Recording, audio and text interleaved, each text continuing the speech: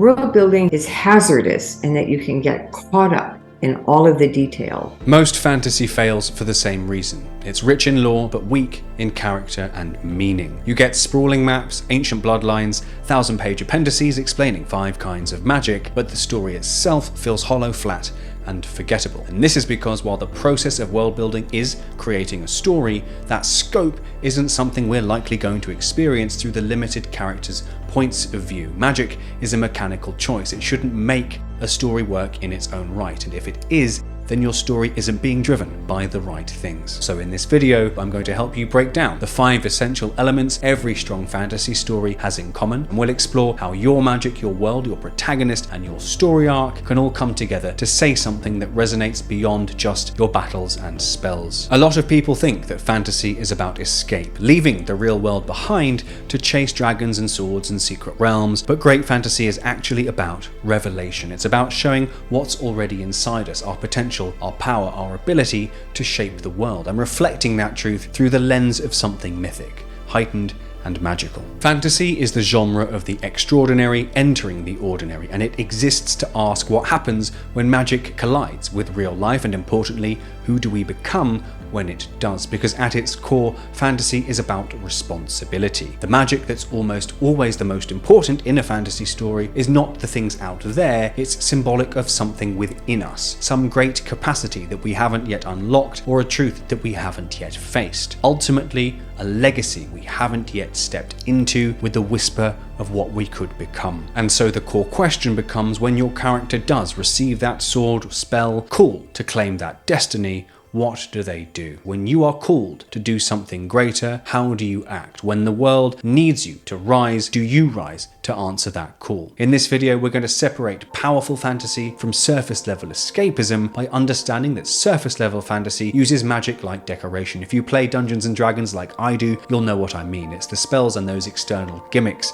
that give it some flavor, but real fantasy, the stories that resonate and endure, use magic for characterful transformation. And that's all as a way of reminding us that even as somebody with an ordinary life, we might be carrying extraordinary potential. So fantasy matters not because it's unreal, but because it makes us believe that our lives could be more than ordinary. Magic is a metaphor for the power inside all of us to rise, to transform, and to impact the world. Fantasy overlaps with the mythic genre and quest archetype, and a key genre element in fantasy is the world building. And because I have a separate video on how you can create immersive settings to elevate your story, which has some world building tips, and if you want those, go check that out, I'm saving a full world building deep dive for a following video. But if you've ever felt like your world was cool and the story itself felt thin, it's possible you're missing one of the 5 elements every great fantasy needs, and the first is the magical order. Your world needs logic, not just in the way magic works, but in how it shapes everything else. It's not about writing a textbook, it's about creating a world where magic means something and feels integrated. Think of Dune. The spice doesn't just power ships, it drives the prophecy, war, religion, biology, touching every single part of life in that story world. That's why its magic feels real, because it's baked in. So if yours sits on top of the story instead of inside it, readers won't buy it. And if you just use it as a way to get characters out of trouble by waving a wand instead of actually applying the restrictions of magic and its limitations to be the thing that creates tension and stakes, you're undermining your ability to engage us with good dramatic writing. Next is the cultural fabric. Magic is extraordinary, but what do ordinary people do with it? That's what culture should be answering. What do they believe? What do they fear? How does your magic shape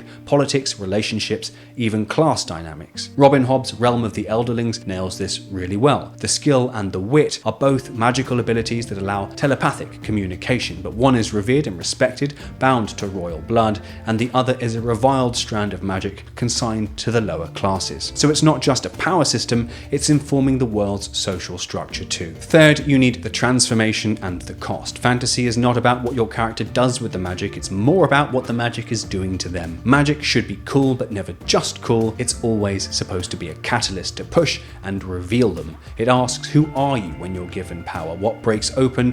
What breaks down? So who are they? When will they be able to show us that as the magic shows up? And how does that magic challenge and change them? And then, importantly, because all wins in dramatic writing have to come at a cost, what is the cost of using this magic? In Assassin's Apprentice by Robin Hobb, magic is addictive, and the protagonist protagonist increasingly craves using that magic at the risk of losing himself to it and potentially dying. I interviewed Robin Hobb when I started this writing company, who told me that the spark for her whole beloved and best-selling novel series was seeing the heroin epidemic in Seattle in the 80s and asking herself, what if magic was that addictive? That was the cost for its use in her story. And sometimes you get an idea and you can tell it's a piece of something. It's not enough to stand on its own. So that sentence on that scrap of envelope was, what if magic was addictive and the addiction was totally destructive?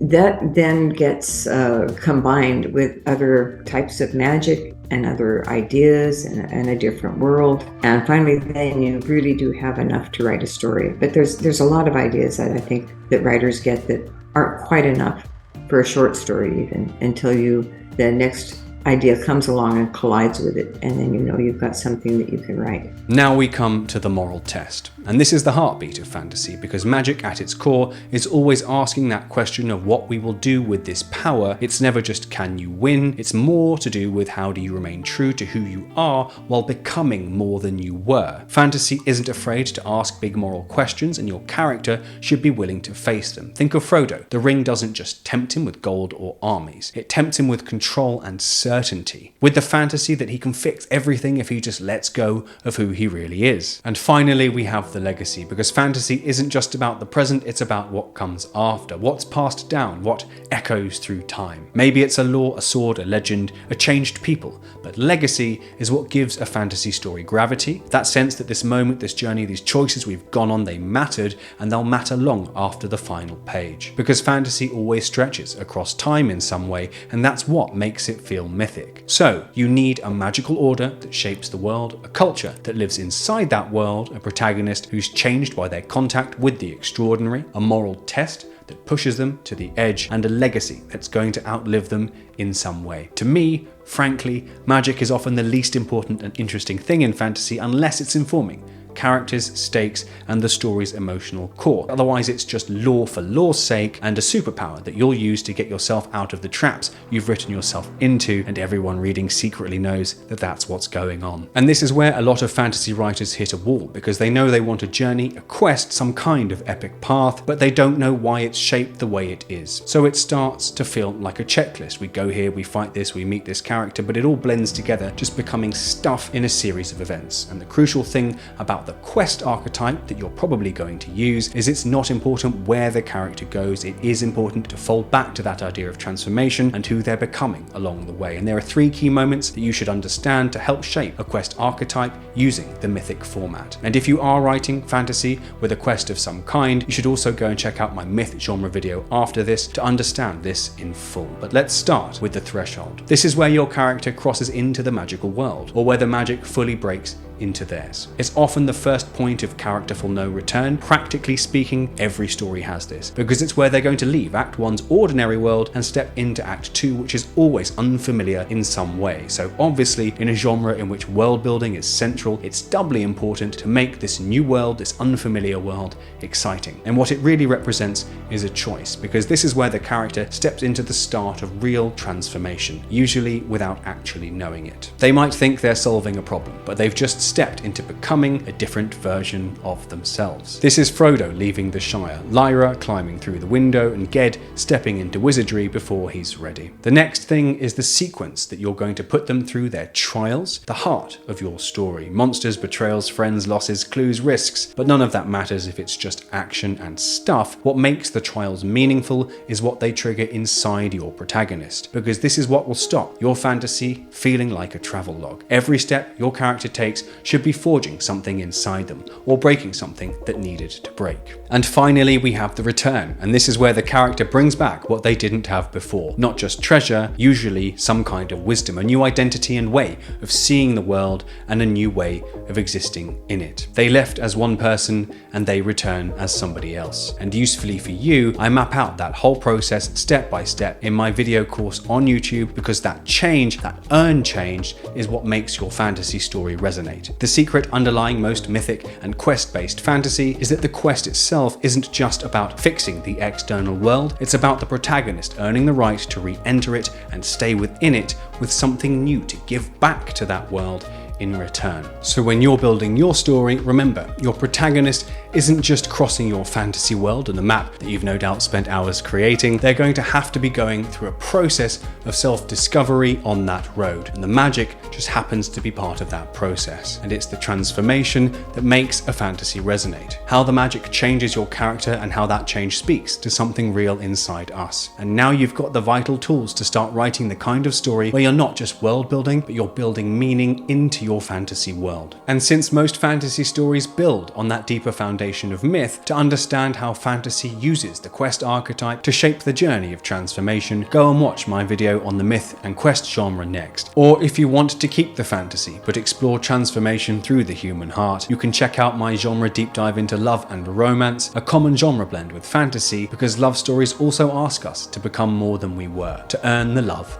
of another. The thing I would say to people who want to write and are saying, I don't have time to write, is just take all those extra little minutes, and they do add up. You will never ever have more time than you do right now, because everything flows in and fills up that free time. If you really and truly think you don't have time to write, look around and say, what can I give up?